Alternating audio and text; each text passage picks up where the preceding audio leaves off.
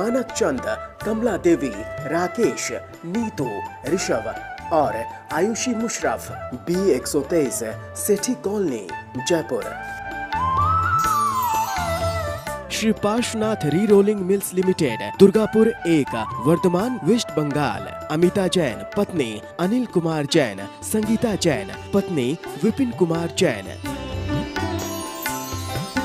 रत्नम प्रभा वाडेकर, प्रणिया शाह, रंजना कोठारे, वर्षा शाह, बारामती। श्री चंदूलाल जुबराज गांधी, फलटनकर, घाटकोपर, मुंबई एवं परिवार। अलेखा शाह, मनीष शाह, अनुपम शाह, प्रियंका शाह, सचिंत गांधी, नुपुर गांधी, श्रवंत गांधी।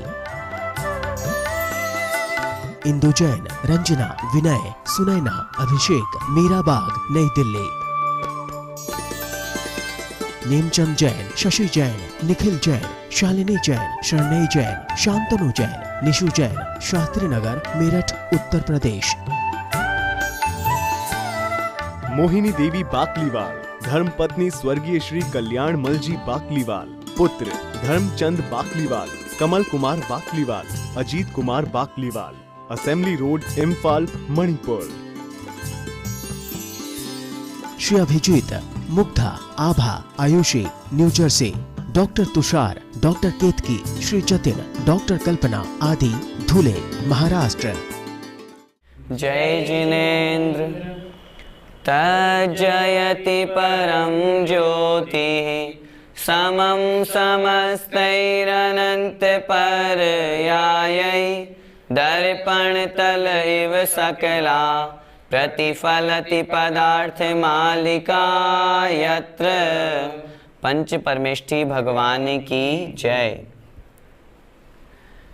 ज्ञानशाला की पिछली कक्षाओं में हमने अनर्थ दंड के 4 भेदों को समझा था और उनसे हमने यह संकल्प भी लिया था कि निश्चित रूप से जो व्यर्थ की क्रियाएं हैं, पापोपदेश है, अपध्यान है या प्रमादचर्या है या हिंसा दान है, इनको हम छोड़ने का प्रयास करेंगे।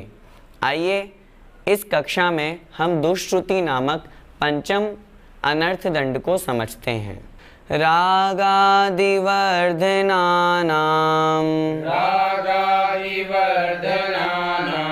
दुष्ट कथानाम बोध बहुलानां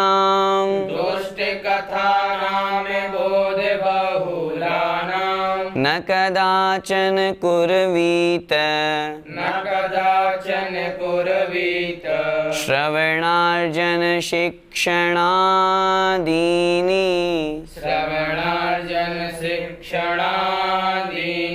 एक साथ बोलिए, रागादिवर्धनानां दुष्ट कथानाम बोध बहुलानां न कदाचन कुर्वीत श्रवणार्जन शिक्षणादीनि। आइए दुष्श्रुति अनर्थ दंड को समझते हैं। रागादि वर्धनानाम, राग आदि वर्धनानाम, राग द्वेष आदि, राग द्वेष मद लोभ मोह चिंता आदि जितने विकार परिणाम हैं, उन सभी विकारी परिणामों को वर्धनानाम बढ़ाने वाली। दुष्ट कथानाम अबोध बहुलानाम, संधि विच्छेद। दुष्ट कथानाम, दुष्ट कथाओं का, गलत कथाओं का, जिनसे विकार परिणाम बढ़ते हैं, ऐसी कथाओं का। अबोध बहुलानाम, जो कैसी है? अबोध अर्थात अज्ञान की, जिनमें बहुलता है, अधिकता है, जिनमें ज्ञान की बातें नहीं, व्यर्थ की बातें की गई है, अश्लीलता की बातें की गई है, ऐसी उन दुष्प्रयोजन रूप कथाओं का। न अर्थात नहीं, कदाचन कभी भी, कुर्वीत करना चाहिए, कभी भी नहीं करना चाहिए। क्या नहीं करना चाहिए? श्रवणार्जन शिक्षणादीनि, संधि विच्छेद। श्रवण अर्जन शिक्षण आदीनि। श्रवण अर्थात सुनना, अर्जन अर्थात उनका संग्रह करना, इकट्ठा करना, शिक्षण अर्थात शिक्षा देना, सीख देना, सुनना, सुनाना आदिनी अर्थात आदि, न स्वयं पढ़ना, पढ़ाना, सुनना, सुनाना, इन सभी क्रियाओं को कभी भी नहीं करना चाहिए। क्या नहीं सुनना चाहिए, क्या नहीं सुनाना चाहिए, वो इन 2 पंक्तियों में कह दिए। भैया जी, कथाएं कितने प्रकार की होती हैं? कथाएं 4 प्रकार की कही गई है। स्त्री कथा, राजकथा, चोर कथा और भोजन कथा। दुष्श्रुति नामक अनर्थ दंड में हमें इन्हीं 4 कथाओं को समझना है। व्यर्थ में ही प्रयोजनहीन होने पर भी इन 4 कथाओं को करते रहते हैं। जैसे स्त्री कथा, स्त्रियों के बारे में राग बढ़ाने वाली कथाओं को सुनना और सुनाना। व्यर्थ में ही अश्लील साहित्य पढ़ना जिससे स्त्रियों के प्रति काम भाव जागृत हो। स्त्री कथा से यहाँ तात्पर्य मात्र स्त्री की अपेक्षा से ही नहीं, स्त्रियों को पुरुष की अपेक्षा से लगा लेना चाहिए। राजकथा, व्यर्थ में ही हमारे राज्य में क्या हो रहा है, देश में क्या हो रहा है, बहुत से लोगों को देखा अपनी गोष्ठी लगा लेते हैं, पंचायत बैठा लेते हैं और व्यर्थ में ही गप्पे लड़ाते रहते हैं। उस नेता ने ये कर दिया, वो वहाँ पे वो पार्टी ये कर रही है, जिससे उस व्यक्ति का कोई प्रयोजन सिद्ध नहीं हो रहा। वो कहलाती है राजकथा। तीसरी है भोजन कथा। भोजन की कथाएं करना, ये रस ऐसा है, ये व्यंजन इस प्रकार का है, भोजन संपूर्ण कर लेने के पश्चात भी उस भोजन के बारे में क्रिया प्रतिक्रिया करना, यह भोजन कथा। और चोर कथा, वो डाकू ऐसा, वो लुटेरा ऐसा, उसने ऐसा कर दिया, उसने वैसा कर दिया। इस तरह की कथाओं को करने का और सुनने का त्याग करना चाहिए, तब वह दुष्श्रुति नामक अनर्थ दंड व्रत होगा। इन 4 कथाओं को हमें त्याग करने की कोशिश करनी चाहिए। भैया जी, दुष्श्रुति अनर्थ दंड से बचने के लिए हमें सबसे ज्यादा किस बात का ध्यान देना चाहिए? दुष्श्रुति अनर्थ दंड से बचने के लिए सबसे पहले हमें जो प्रयास करना है वो है टीवी और सिनेमा आदि से बचना। आजकल हम देखते हैं सिनेमा आदि में, मूवीज़ में कितनी अश्लीलता परोसी जा रही है। ऐसी मूवी जिसमें सबसे ज़्यादा अश्लीलता होती है, काम विकार भाव जागृत होते हैं, वो सबसे ज़्यादा हिट होती है। इसलिए ऐसी टीवी से, सिनेमा से हमें बचने का प्रयास करना चाहिए। विचार कभी कभी मन में आता है, इतना ज़्यादा हमारी संस्कृति पर आघात हो गया है कि एक परिवार के सब जन बैठ करके एक साथ टीवी नहीं देख सकते, सिनेमा नहीं जा सकते। इसलिए इनसे बचने का सबसे पहले प्रयास करें। गाने, ऐसे गाने आ गए जिनको सुनने में हमारे मन में विकार परिणाम जागृत होते हैं, अश्लीलता उन गानों में झलकती है। ऐसे गानों को सुनने का त्याग करना चाहिए, ऐसे सिनेमा हॉल जाने का त्याग करना चाहिए। यदि घर में टीवी भी है तो उस टीवी का हमें सदुपयोग करना चाहिए। जिनवाणी चैनल, पारस चैनल, जिसके माध्यम से हम मुनि महाराजों के दर्शन करें, प्रवचन सुने, पाठशाला, ज्ञानशाला आदि कार्यक्रम देखें, जिससे हमारा उपयोग सही स्थान पर रहे। घर परिवार में हम अपने बच्चों को ऐसे संस्कार दें ताकि वो सिनेमा न जाएं, ऐसे गाने न सुने। वेस्टर्न कल्चर, पाश्चात्य संस्कृति के कारण से आज बहुत से बच्चे, न्यू जनरेशन, युवा पीढ़ी उस ओर बढ़ती जा रही है। हमें उन बच्चों को इस तरह की शिक्षा देनी चाहिए जिससे वो उस तरफ न जाएं, उस अश्लीलता से बचें। और उसके लिए सबसे पहला कदम हमें स्वयं अपने आप से उठाना चाहिए। यदि हम अपने आप से उठाएंगे तो हम अपने परिवार को सुधार सकते हैं, अपने परिवार को सुधार सकते हैं तो हम अपने समाज को सुधार सकते हैं, और समाज को सुधार सकते हैं तो फिर हम आगे देश और विश्व की बात करेंगे। इसलिए सबसे पहले अपने आप में ये संकल्प लें कि सिनेमा, टीवी और ऐसे अश्लील गानों से, उपन्यासों से हमको बचना चाहिए। भैया जी, अखबार को पढ़ना भी अनर्थ दंड व्रत में आएगा? आपने अखबार की चर्चा करी। वास्तविकता में विचार करें तो आजकल अखबारों में आ क्या रहा है? काम की खबरें कम आती हैं और व्यर्थ की खबरें ज़्यादा आती है। आज उसने उसके साथ में लूटमार करी, वहाँ चोरी करी, उसका वहाँ रेप हुआ, ये गंदी गंदी खबरें ही से ही तो अखबार भरा हुआ रहता है। यदि हम उनको पढ़ेंगे तो हमारे मन में भी वैसे परिणाम जागृत होंगे। फिर भी यदि आवश्यकता हो तो जो मुख्य मुख्य खबरें हैं हम उन्हें पढ़ें। आजकल एक बात बहुत खराब हो गई है, सभी अखबारों के साथ में 2-3 पृष्ठ तो रंगीन चित्रों से भरे हुए होते हैं जो सिनेमा के एक्टर एक्ट्रेस से होते हैं और अर्धनग्न चित्र उनमें परोसे जाते हैं। यदि हम उनको पढ़ेंगे तो निश्चित रूप से वह भी दुष्श्रुति नामक अनर्थ दंड का ही अंग कहलाएगा। इसलिए जितना हो सके बचें। फिर भी यदि देश विदेश की खबरों की जानकारी लेनी है तो मुख्य मुख्य बातें ग्रहण करें। भैया जी, तो हमें क्या पढ़ना और क्या लिखना, क्या सुनना चाहिए? भैया, ऐसी बहुत सी चीज़ें हैं जिनको पढ़ने से और सुनने से हमारी आत्मा का कल्याण होता है, हमारे मन को शांति मिलती है। यदि आप पढ़ना और सुनना चाहते हैं तो आज से ही प्रथमान योग का स्वाध्याय शुरू करें। जहाँ प्रथमान योग आदि अनेक ग्रंथों का स्वाध्याय होता हो उसे सुने।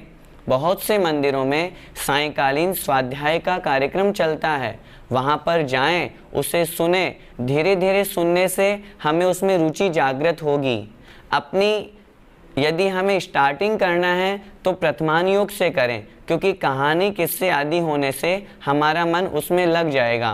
प्रथमान योग के बाद फिर कर्णान योग, फिर चरणान योग और फिर द्रव्यान योग। इस क्रम को भी ध्यान रखें। ऐसा नहीं कि सबसे पहले ही द्रव्यान योग पढ़ लिया, कुछ समझ में ही नहीं आएगा। इसलिए अपने शास्त्र स्वाध्याय की तरफ प्रवृत्ति बढ़ाएं। यदि उपन्यास आदि पढ़ने हैं तो ऐसे उपन्यास पढ़ें जिससे हमें कुछ शिक्षा मिलती हो। आत्मकथाओं को पढ़ना प्रारंभ करें। उनको पढ़ने से क्या होगा, हमें इस बात की आलोचना हम स्वयं कर सकते हैं कि वास्तविकता में मुझ में कितनी गलती है। जिन्होंने वह आत्मकथा लिखी उन्होंने अपनी बुराई भी लिखी, अच्छाई भी लिखी, ताकि हमारा भी भाव इस तरह का रहे। मायाचारी से हम बच पाएंगे। तो इसलिए ऐसे साहित्य हम पढ़ें जिससे हमें काम विकार भाव जागृत ना हो, स्वाध्याय में मन लगे। ऐसे उपन्यास आदि को हमें पढ़ना चाहिए। रही बात सुनने की, तो सुनने के लिए बहुत सी चीज़ें हैं। टीवी आदि यदि हम देखते हैं तो उसमें आचार्य श्री के, मुनि महाराजों के, आरिका माता जी के प्रवचन सुने। इस ज्ञानशाला, पाठशाला, स्वाध्याय आदि के कार्यक्रम को देखें, सुने, ताकि हमारे जिन धर्म के प्रति रुचि जागृत हो। बहुत से लोग गाने आदि सुनते रहते हैं। हमने देखा अपने कान में हेडफोन लगाए और खूब गाने सुनते हैं। उससे हमारा मन या उनका मन निश्चित रूप से विकारी भाव में ही घूमता रहेगा। उनके स्थान पर हम जिनेंद्र भगवान के भजन आदि सुने, स्तुति आदि सुने, स्तोत्र पाठ सुने, जिससे हमारा मन धर्म में लगेगा। ऐसे क्रियाओं को हम पढ़ें और सुनने का प्रयास करना चाहिए। मनुष्य पर्याय की सफलता शुभ उपयोग में है, अशुभोपयोग में नहीं। हम दिन भर अपने उपयोग को शुभ बनाए रखें। मन, वचन और काय से हमेशा शुभ विचार करें। अखबार आदि पढ़ें तो मुख्य मुख्य खबरें पढ़ लें। मैं अखबार आदि पढ़ने की मनाही नहीं कर रहा, लेकिन जो अश्लीलता, जो गलत बातें उसमें लिखी हैं, हम उनसे बचने का प्रयास करें। क्योंकि यदि हम उन्हें पढ़ेंगे तो हमारा उपयोग अशुभ की ओर जाएगा, और अशुभ उपयोग जाएगा तो निश्चित रूप से वो नरक तिर्यंच गति का कारण बनेगा। फिर हमारी मनुष्य पर्याय की सफलता कैसे होगी? इसलिए इन अश्लील साहित्यों से बचें, सिनेमा आदि से बचें, टीवी आदि से बचें। जो क्रियाएं हमारे मन में राग आदि, राग, द्वेष, मद, लोभ, मोह, चिंता, इस तरह के विकार परिणाम जागृत करती है, उन साहित्यों को, उन सिनेमा को देखने, पढ़ने, सुनने से बचेंगे तो निश्चित रूप से हम अशुभोपयोग से बचेंगे। और अशुभोपयोग से बचेंगे तो जितना समय हो सके अपने जिनेंद्र भगवान की स्तुति, भजन, ध्यान आदि में व्यतीत करें, स्वाध्याय करें, प्रथमान योग के ग्रंथ पढ़ें, चरित्र, पुराण आदि पढ़ें, जिससे हमारा शुभोपयोग हो। और उस शुभोपयोग से निश्चित रूप से आत्मा का कल्याण होगा ही होगा। हमने दुष्श्रुति नामक अनर्थ दंड को समझा। अब आगे जो एक मुख्य अनर्थ दंड है, जुआ खेलना, उसे भी हम समझते हैं। आइए उच्चारण करते हैं। सर्वानर्थ प्रथमं मथनं शौचस्य सद्ममायाया दूरात् परिहरणीयं चौर्यासत्यास्पदं द्यूतम्। एक मुख्य अनर्थ दंड आचार्य अमृतचंद स्वामी महाराज यहाँ पर कह रहे हैं, जिसका नाम है द्यूतम अर्थात जुआ खेलना। कैसा है वो देखते हैं। सर्वानर्थ प्रथमम, संधि विच्छेद, सर्व अनर्थ प्रथमम, सभी अनर्थों में जो प्रथम है, जितने भी अनर्थकारी चीज़ें हैं जिससे आत्मा का कोई प्रयोजन नहीं होने वाला, उन सभी क्रियाओं में जो सबसे पहला है, अनर्थ को करने में जो सबसे पहला है। मथनम शौचस्य, मथनम अर्थात मथने वाला है, नाश करने वाला है। किसको? शौचस्य, शुचिता का अर्थात शुद्धि का, आत्मा का कल्याण जो निर्लोभ है, उस लोभ का त्याग करने रूप भाव को कहते हैं शौच। और उस लोभ के त्याग को जो नष्ट करने वाला है, अर्थात लोभ को जागृत करने वाला, लोभ को बढ़ाने वाला। सद्म मायाया, कैसा है वो द्यूत अर्थात जुआ, सद्म अर्थात घर है। किसका घर है? मायाया अर्थात मायाचारी का। जो जुआ खेलता है वो तो मायाचारी के घर में ही रहता है। कहने का तात्पर्य उसके साथ में मायाचारी लगी ही रहती है। दूरात परिहरणीयम, दूरात दूर से ही, परिहरणीयम त्याग कर देना चाहिए। चौर्या सत्यास्पदम द्यूतम, कैसा है वो द्यूत अर्थात जुआ खेलना। चौर्य असत्यास्पदम, चौर्य अर्थात चोरी, असत्य अर्थात झूठ, इसका जो स्थान है जहाँ पर चोरी और झूठ प्रति समय बोला जाता है, प्रति समय चोरी की जाती है, ऐसा वह द्यूत है।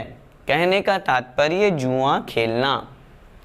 आचार्य अमृतचंद स्वामी महाराज 5 अनर्थ दंडों की चर्चा करने के पश्चात इस मुख्य अनर्थ दंड की यहाँ चर्चा कर रहे हैं, जिसका नाम है द्यूत अर्थात जुआ खेलना। इसको आचार्य ने मुख्य अनर्थ दंड माना। क्यों माना? इस श्लोक में 3-4 बातें कही। क्योंकि जो जुआ खेलता है वो चोरी भी करता है, झूठ भी बोलता है। माया या सद्म, वह मायाचारी का तो घर है। और सबसे बड़ी बात शौचस्य मथनम, संतोष का नाश करने वाला। क्योंकि जीव को जो सुख प्रदान करने वाली वस्तु है संतोष, धन उसके पास जितना है वो खुश रहेगा। लेकिन जो जुआ खेलने वाला है उसके संतोष रूपी धन होता ही नहीं, वो तो संतोष को समाप्त कर देता है। और आए और आए, लोभ की प्रवृत्ति उसकी और अधिक जागृत होती रहती है। इस कारण से आचार्यों ने कहा जो संतोष को नष्ट करने वाला है। और सभी अनर्थों में जो प्रथम है, दुनिया में जीव का अकल्याण करने के लिए, अमंगल करने के लिए जितनी वस्तुएं हैं, उसमें जो सबसे पहला कहा गया है वह है द्यूतम अर्थात जुआ खेलना। इसलिए ऐसे द्यूतम अर्थात जुआ खेलना नामक इस अनर्थ दंड को दूरात परिहरणीयम, हमें दूर से ही छोड़ देना चाहिए। जो जुआ खेलना इसको छोड़ देगा वो इन सब पापों से और कषायों से बच जाएगा। और जो जुआ खेलेगा पाप और कषाय उसके साथ लगी ही रहेगी। इसलिए इसको हमें त्याग करना चाहिए। भैया जी, जुआ खेलने को अनर्थ दंड क्यों कहा गया है? अनर्थ दंड ही नहीं, यहाँ तो अनर्थों में प्रथम कहा गया है। अनर्थ का मतलब, अर्थ मतलब प्रयोजन, अन अर्थात नहीं होना, दंड अर्थात क्रिया। ऐसी क्रिया जिससे हमारी आत्मा का कोई प्रयोजन सिद्ध नहीं हो रहा, उसे अनर्थ दंड कहा। इस श्लोक में आचार्य अमृतचंद स्वामी महाराज ने जुआ खेलने को सब अनर्थों में सबसे पहला इसलिए कहा क्योंकि इससे आत्मा का तो कोई कल्याण नहीं होगा। अन्य अनर्थ दंडों की अपेक्षा से जब हम इसकी तुलना करें तो हमें स्वयं समझ में आ जाएगा अन्य अनर्थ दंडों में कम पाप है, इसमें तो बहुत सारा है। सारे की सारी जितनी कषाएं हैं, जितने पाप हैं, वो जुआ खेलने से आ जाएगा। जो जुआ खेलने वाला व्यक्ति है वो यदि हार जाता है तो उस जुआ खेलने के निमित्त से वो अपने घर परिवार की सब वस्तुएं बेच देता है, अपना ईमान भूल जाता है, वस्तुएं बेच देता है, चोरी करने लग जाता है, झूठ बोलने लग जाता है, किसी का मर्डर कर देता है, हिंसा आदि पाप वो करने लग जाता है। यदि जीतता जाता है तो उसका लोभ और अधिक अधिक अधिक जागृत होता जाता है, जिससे उसकी कषाएं बढ़ती जाती है। इसलिए पापों का और कषायों का मूल है यह जुआ खेलना। जो जुआ खेलता है अन्य शेष 6 व्यसन उसे अपने आप घेर लेते हैं। वेश्यागमन, परिस्त्री सेवन और उसकी प्रवृत्ति बढ़ती जाती है। इसलिए आचार्यों ने इसे अनर्थ दंड कहा। इस अनर्थ दंड को तो हमें पूर्णतया छोड़ना ही चाहिए। जुए से बचने के लिए हमें क्या करना चाहिए? वर्तमान में बहुत ज़्यादा शेयर मार्केट, लॉटरी का धंधा, MCX ये सब चल रहे हैं, जिनके निमित्त से लोग खूब पैसा लगाते हैं, खूब खो भी देते हैं, खूब कमाते हैं। उनकी प्रवृत्ति और अधिक बढ़ती जाती है, जिससे लोभ जागृत होता है। इन सभी MCX, शेयर और ये अनेक तरह के क्रिकेट आदि IPL होते हैं, जिनमें लोग लॉटरी लगाते हैं, पैसा लगाते हैं, उनसे बचना चाहिए। साल में 2-4 हत्याएं तो इसी जुए खेलने के कारण से हो जाती है। इसलिए हमें इनसे बचने का प्रयास करना चाहिए, तभी हम जुआ खेलने से बच पाएंगे। अब आज की इस कक्षा में 2 मिनट हमारे शिक्षा गुरु आदरणीय श्रीमान रतनलाल जी बेनाड़ा साहब, बड़े पंडित जी, आपसे चर्चा करेंगे। जय जिनेंद्र। हमें बड़ी खुशी है कि हमारा ये प्रोग्राम पहले पाठशाला के नाम से था और अब ज्ञानशाला के नाम से चल रहा है। इसको पूरे 6 वर्ष हो गए और सारे भारत में नहीं, विदेशों में भी इस प्रोग्राम को लोगों ने बहुत अच्छा रेस्पॉन्स दिया। कभी कभी आप ये सोचते होंगे, आप हमेशा आते हैं, बीच में कभी कभी गायब क्यों हो जाते हैं? तो मैंने आज सोचा इसका कारण स्पष्ट कर दूं। सच बात यह है, ये ज्ञानशाला प्रोग्राम अब बहुत अच्छा हो गया। अब इसमें पुरुषार्थ सिद्धिपाय, इसके बाद कार्तिकेयान उपरेक्षा, उसके बाद परमात्म प्रकाश, उसके बाद आचार्य कुंद का कुंदन, उसके बाद और ग्रंथ अब रेगुलर चलते रहेंगे। ये कब तक चलेगा ज्ञानशाला? ये तो 10, 20, 25 साल चलना ही चलना है।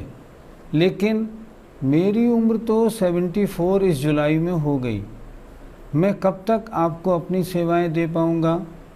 इसलिए मेरे शिष्यों में जो मुख्य, हमारे श्रवण संस्कृति संस्थान सांगानेर में जो मुख्य प्राध्यापक हैं और सब बच्चों को धर्म पढ़ाते हैं, धर्म में होशियार हैं, शास्त्री हैं, आचार्य हैं, ऐसे पंडित किरण प्रकाश जी को अब मैंने अपने स्थान में धीरे धीरे स्थान देना प्रारंभ किया है, ताकि मैं रिटायर होऊं तो आप लोगों को इस ज्ञानशाला में व्यवधान ना पड़े। सोचो, कभी तो रिटायर होना ही पड़ेगा भाई। 74, 5, 6, 7 कब तक सेवा लेंगे मेरी? और ज्ञानशाला तो 20 साल चलनी है। इसलिए मैंने ये बात सोची है और मुझे उम्मीद है पंडित किरण प्रकाश जी जो पढ़ा रहे हैं, मैं सामने बैठा रहता हूँ, उन्हें गाइड करता रहता हूँ, ताकि सब चीज़ बिल्कुल ठीक चलती रहे। मुझे उम्मीद है कि आप लोगों को भी उनका पढ़ाना ठीक लग रहा होगा। फिर भी अगर कोई बात हो तो मुझे कन्वे करें। मेरा फ़ोन नंबर बराबर आता रहता है, मुझे कन्वे करें। मैं कोशिश करूँगा कि ज्ञानशाला की सेवाएं आपको पहले से और अच्छी मिलें, सदैव मिलती रहें। 10 साल, 20 साल, 50 साल हमेशा ज्ञानशाला चलती रहे, आप उसका आनंद उठाते रहें और ज्ञान और वैराग्य का वर्धन होता रहे। जय जिनेंद्र। मानक चंद, कमला देवी, राकेश, नीतू, ऋषभ और Aayushi Musharraf, B123, Sethi colony, Jaipur. Shri Parshwanath re rolling mills limited, Durgapur 1, Bardhaman, west Bengal. Amita Jain पत्नी अनिल कुमार जैन, संगीता जैन पत्नी विपिन कुमार जैन। रत्नम प्रभा वाडेकर, प्रणिया शाह, रंजना कोठारे, वर्षा शाह, बारामती। श्री चंदूलाल जुबराज गांधी, फलटनकर, घाटकोपर, मुंबई एवं परिवार। अलेखा शाह, मनीष शाह, अनुपम शाह, प्रियंका शाह, सचिंत गांधी, नुपुर गांधी, श्रवंत गांधी। इंदु जैन, रंजना, विनय, सुनैना, अभिषेक, मीराबाग, नई दिल्ली। नेमचंद जैन, शशि जैन, निखिल जैन, शालिनी जैन, शरणय जैन, शांतनु जैन, निशु जैन, शास्त्री नगर, मेरठ, उत्तर प्रदेश। मोहिनी देवी बाकलीवाल, धर्मपत्नी स्वर्गीय श्री कल्याण मलजी बाकलीवाल। पुत्र Dharamchand Bakliwal, Kamal Kumar Bakliwal, Ajit Kumar Bakliwal. Assembly road, Imphal, Manipur. Shri Abhijeet, Mugdha, Abha, Aayushi, New Jersey. Doctor Tushar, doctor Ketki, Shri Jatin, doctor Kalpana आदि, धुले, महाराष्ट्र।